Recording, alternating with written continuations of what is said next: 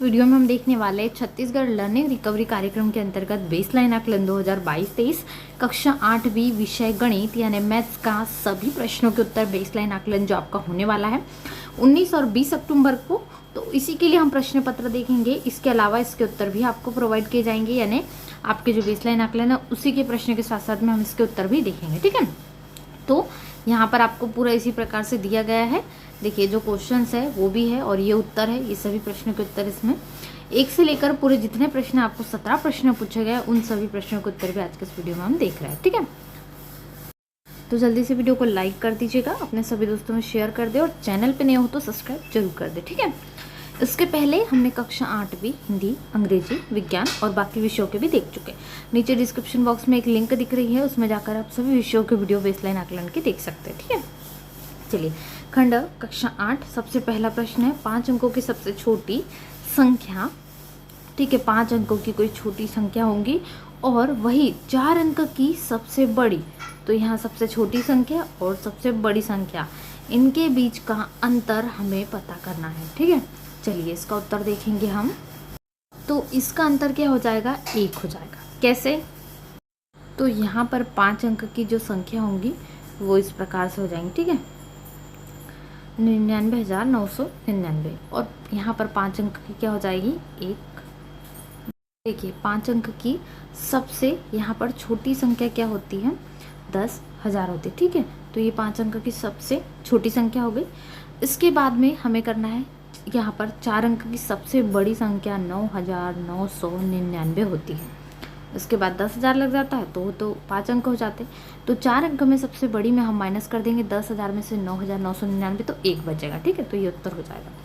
चलिए दूसरा प्रश्न है हमारा, किसी त्रिभुज का प्रत्येक कोण न्यून कोण है तो वह त्रिभुज कौन सा होगा, वह त्रिभुज भी नहीं है तो वो त्रिभुज भी कौन सा कोण होगा, न्यून कोण। ये सारे 1-1 अंक के प्रश्न हैं।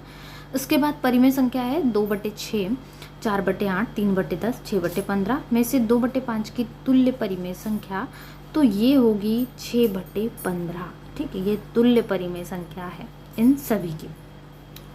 इसके बाद अगला प्रश्न है प्रश्न क्रमांक 4, किसी दुकानदार को लाभ होगा जब विक्रय मूल्य क्रय मूल्य से क्या हो, ज़्यादा हो। मतलब आपने कोई चीज़ खरीदी है 10 रुपये की, यदि आप इसको 15 में बेच देते हो तो आपको कितने रुपए का फ़ायदा होगा, 5 रुपये का।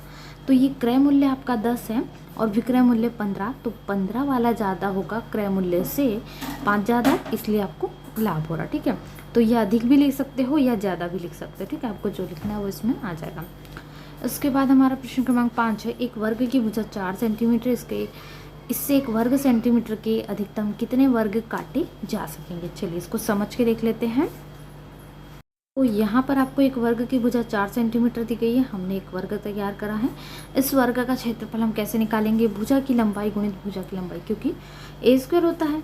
ठीक है, वर्ग का क्षेत्रफल भुजा गुणित भुजा, तो भुजा हमारी 4 है तो 4 गुणित 4 मतलब कितना, 16, 4 चौक 16। अब जो छायांकित वर्ग है ये 1-1 सेंटीमीटर, क्योंकि 2, 3, 4 पूरा 4 है तो 1-1 होगा, तो यहाँ से 1 निकलेगा। और कुल वर्ग हमारे कितने निकल रहे, पूरे को काउंट कर लीजिए 16, तो 16 यहाँ पर आ जाएंगी कुल वर्गों की संख्या। ठीक है, ये हो जाएगा आपका प्रश्न क्रमांक 5। अब प्रश्न क्रमांक 6 क्या, हमें संख्या रेखा पर ऋण 3/8 परिमेय संख्या को प्रदर्शित करना है। तो देखिए इस प्रकार से प्रदर्शित किया जाएगा, ये यहाँ पर नेगेटिव इस तरफ होती है, दाएं तरफ पॉजिटिव होती है। ठीक है, तो धन वाली संख्या इधर, ऋण वाली संख्या बाएं हाथ तरफ। तो यहाँ पर होता है इसी प्रकार से, इसमें 3/8 यहाँ सम्मिलित होगा क्योंकि ऋण का है, तो 0 और ऋण 1 के मध्य में ऋण 3/8 स्थित है। ठीक है, उसके पहले ऋण 2/8 होगा, उसके पहले ऋण 1/8 होगा। ठीक है, तो ऐसी संख्या यहाँ पर 8/8 तक के है परिवर्तित रूप में। ठीक है, तो आगे देखते हैं हम अगला प्रश्न। तो अब हमारा अगला प्रश्न है, 1-1 मीटर लंबाई की 12 छड़ी है, सभी छड़ों का उपयोग कर ऐसी आयताकार आकृति बनाई जिसका क्षेत्रफल अधिकतम हो। 5 अंक का प्रश्न है। चलिए इसका सॉल्यूशन। तो 5 अंक के लिए इसका प्रश्न आप इस प्रकार से 12 छड़ियों का उपयोग भी इसमें कर सकते हैं, फिर इनका हम क्षेत्रफल लंबाई गुणित चौड़ाई के हिसाब से निकालेंगे। ठीक है, तो ये हो जाएगी, हम आकृति क्रमांक 3 का क्षेत्रफल हमें सर्वाधिक लग रहा है क्योंकि इसका 9 वर्ग मीटर है, इसका 8 है और इसका 5, तो सर्वाधिक कौन सी है, आकृति नंबर 3। ठीक है, तो सही उत्तर ये हो जाएगा। आप कोई चित्र भी बनाना है इसमें और ये मीटर की आकृति वर्णन करना है, आकृति नंबर 1, 2 और उनके सभी के क्षेत्रफल। ठीक है, चलिए अगला प्रश्न हम देख लेते हैं। तो अगला प्रश्न हमारा 5 नंबर का, एक किसान प्रति एकड़ प्रतिवर्ष औसत 22 बोरा धान का उत्पादन करता है, वह प्रत्येक बोरे में 75 किलोग्राम धान भरता है। किसान के पास 10 एकड़ कृषि भूमि है, तो बताइए वह प्रतिवर्ष कितना क्विंटल धान उत्पादन करता है। 5 अंक के लिए प्रश्न है। चलिए इसका उत्तर देखेंगे। उत्तर लिखेंगे, किसान द्वारा प्रति एकड़ औसत धान उत्पादन 22 बोरा। 10 एकड़ का यदि करता है, 1 एकड़ में इतना है 22, तो 22 गुणे 10 एकड़ का निकल जाएंगे ना 220 बोरे। फिर एक बोरे धान का वजन 75 है, तो 220 बोरे धान का वजन हो जाएगा 16,500 किलो। क्विंटल में निकालोगे तो यहाँ पर कितना हो जाएगा, 1000 किलो का यहाँ पर जो हमारा हो जाएगा 10,000 का, ठीक है। 100 क्विंटल तो यहाँ पर ये हो जाएगा 10,000 का 100 क्विंटल, क्योंकि 1,000 का 1 क्विंटल होता है, तो 10,000 के 100 क्विंटल, और जो पैसा बच रहा है ऊपर के वो वाले 65 क्विंटल, तो 100 + 65 165 क्विंटल में हम इसको लिख देंगे, ठीक है। 9वां प्रश्न देखेंगे। प्रश्न क्रमांक 9 है, कोई भी एक त्रिभुज बनाना है, इस त्रिभुज के भुजा और कोण की माप करना है, और भुजा और कोणों के आधार पर इस त्रिभुज का वर्गीकरण भी हमें करना है। चलिए इसका उत्तर देखेंगे। तो आप कोई भी त्रिभुज बना सकते हैं जो आपको अच्छा लगे, तो हमने यहाँ पर ऐसा त्रिभुज बनाया है। इसमें आप जो भुजाओं की माप है आपके अकॉर्डिंग लिख लीजिएगा, AB BC कितना है, CA कितना है, आप नाप के इसको चांदे से स्केल से यहाँ पर नाप लीजिएगा, ठीक है। फिर भुजाओं के आधार पर इसका नामकरण भी कर दीजिएगा, कोण भी कौन सी कितना है, और इसको अच्छे से आप नाम के हिसाब से अपने अकॉर्डिंग बना सकते हैं, ठीक है, अपने अनुसार। चलिए आगे देखते हैं प्रश्न क्रमांक 10।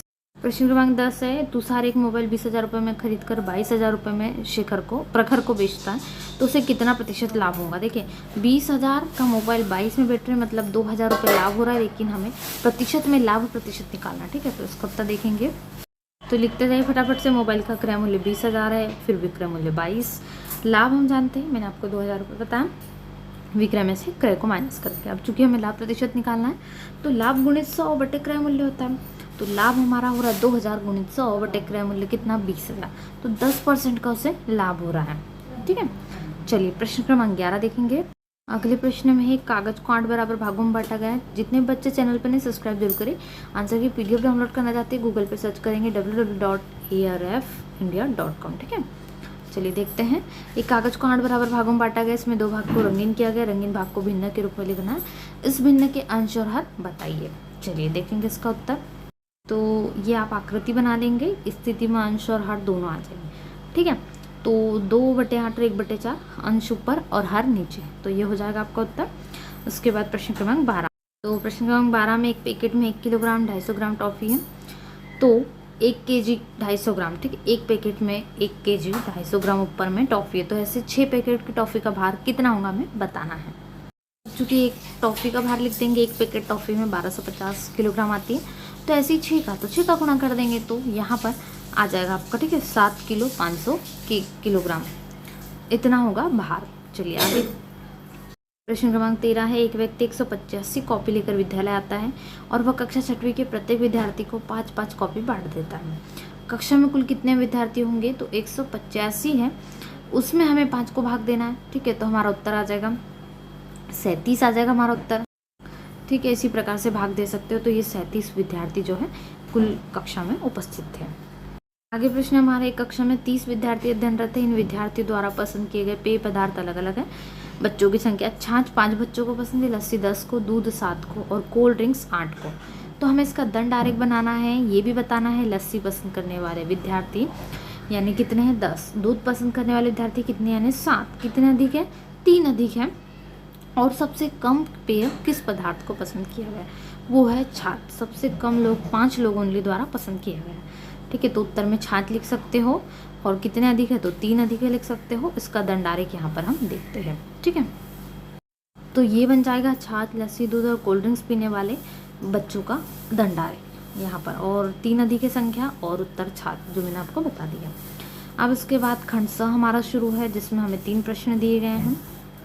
पहला प्रश्न, इसमें तेंदुपत्ता के एक बंडल में 50 पत्ते रखे जाते हैं। 10,000 पत्तों से कितने बंडल बनाए जा सकते हैं, ठीक है। प्रश्नों को देख लीजिए फटाफट से। हम तीनों प्रश्नों के उत्तर देखते हैं। 2,000 रुपये के एक नोट के बदले 50 के कितने नोट मिलेंगे, और एक ऐसा आयत बनाना जिसकी चारों भुजाएं बराबर हो। क्या कोई वर्ग आयत हो सकता है, ठीक है। तो तेंदुपत्ता के बंडल में पत्तों की संख्या लिख देंगे। अब 10,000 पत्तों से कितने बंडल बनाए जा सकते हैं, तो यहाँ पर 200 बंडल बनाए जा सकते हैं।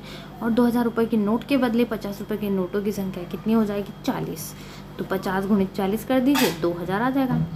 और आयत बनाना है हमें एक ऐसा जो वर्ग हो, तो बिल्कुल ये है। और ऐसा आयत जिसकी चारों भुजा बराबर हो, ठीक है, ये ऐसा आयत है जिसमें A B B C C D D ये सब बराबर है। तो ये आज के इस वीडियो में हमने कक्षा 8वीं गणित विषय का बेसलाइन आकलन छत्तीसगढ़ लर्निंग रिकवरी कार्यक्रम पर आधारित देखा। और ऐसे वीडियोस के लिए वीडियो को लाइक कर लीजिए, अपने सभी दोस्तों में शेयर कर लीजिए। इसके पहले कक्षा 8वीं के हिंदी, अंग्रेजी और विज्ञान सभी विषयों के हम देख चुके हैं। डिस्क्रिप्शन बॉक्स में लिंक है, जरूर से देख लीजिएगा। अपने सभी दोस्तों के साथ शेयर कर दे वीडियो। चैनल पर नहीं तो सब्सक्राइब जरूर करें। मिलते हैं नए वीडियो में। Thanks for watching.